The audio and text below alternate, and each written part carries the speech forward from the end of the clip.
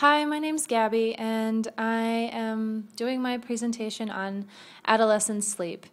I know that we did a little part of our unit, or one of our units was on it, but I wanted to go a little bit more in depth with it. So here we go.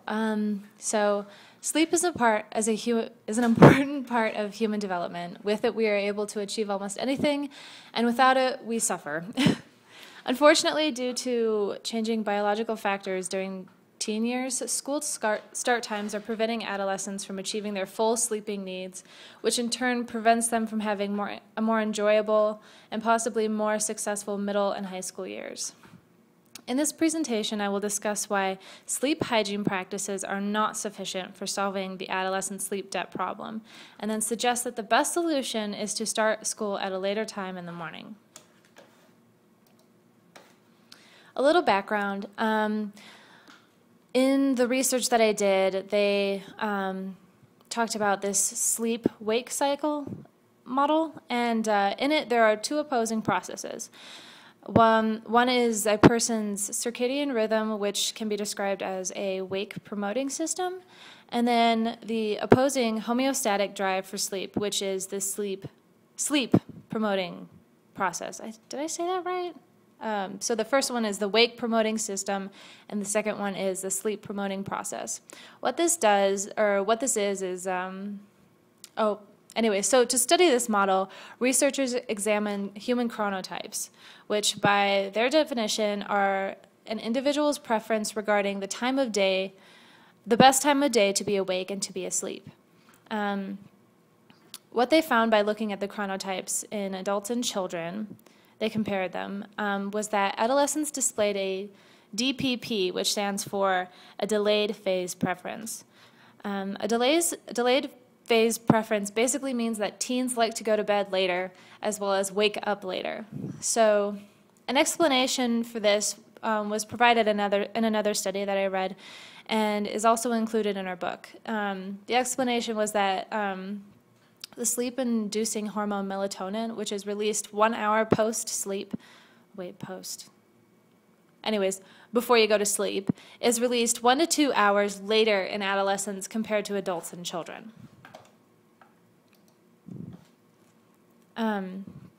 Some cognitive correlates.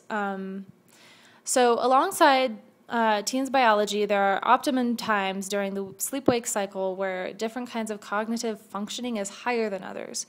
For example, implicit memory task performance was found to be the best at non-peak times of day. So fluency-based skills such as rehearsing music or reading aloud would be best done in the mornings. The study mentioned that most standardized testing is done in the morning, and to better suit adolescents for taking these kind of tests, we should actually be doing these tests at later times during the day when students are more awake and they can take the test better. These are more like performance tasks, and these measuring executive functions, these are where control and content and execution require immense concentration from distractions, and these are best performed later in the day. So the ramifications of not getting enough sleep is acquiring sleep debt. And according to Scientific American, sleep debt is the difference between the amount of sleep you should be getting and the amount of sleep you actually get.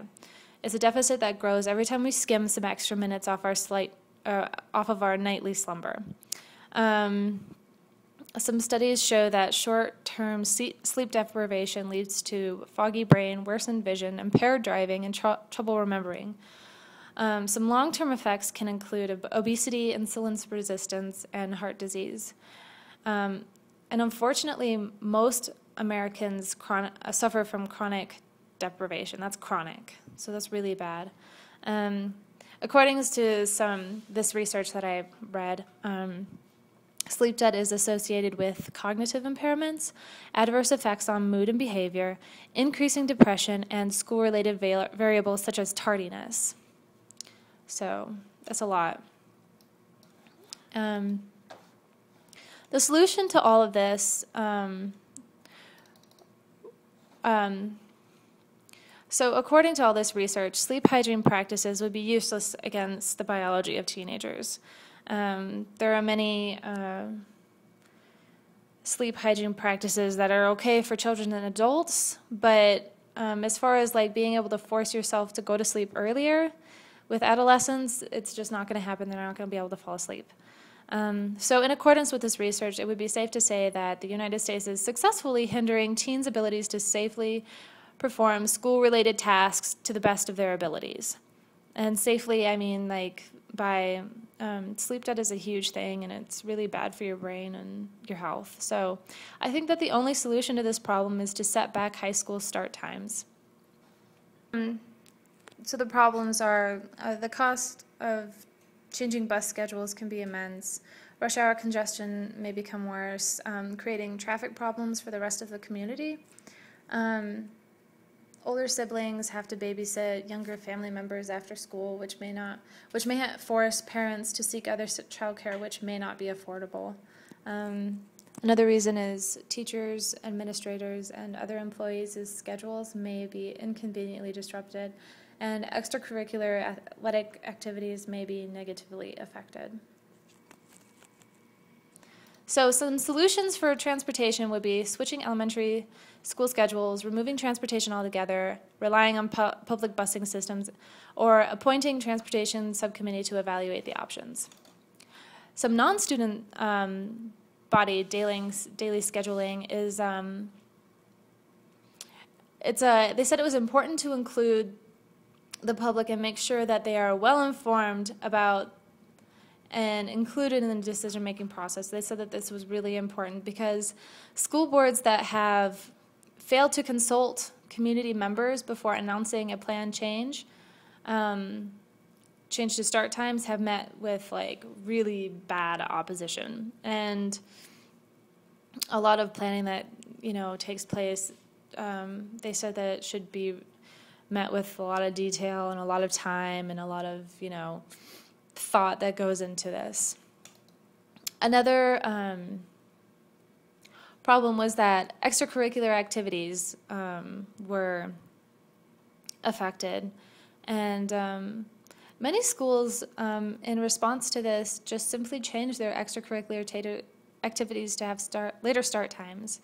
And these later start times didn't significantly affect student participation in after-school activities. So the findings, this research found that adolescents, instead of, going to bed and taking advantage of, being able to sleep in, they actually slept more at night, and teachers reported positive behavior from students. How much time? Oh, I have like 2 minutes left.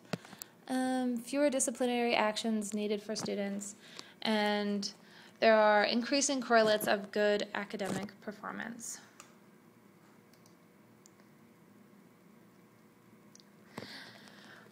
In conclusion, starting school later does have setbacks, but most of these setbacks can be solved through some degree of sacrifice, and can be solved, although some degree of sacrifice will probably be needed to be made. American adolescents deserve to be treated fairly, which means respecting their sleeping needs in order to feel and functionally optimally.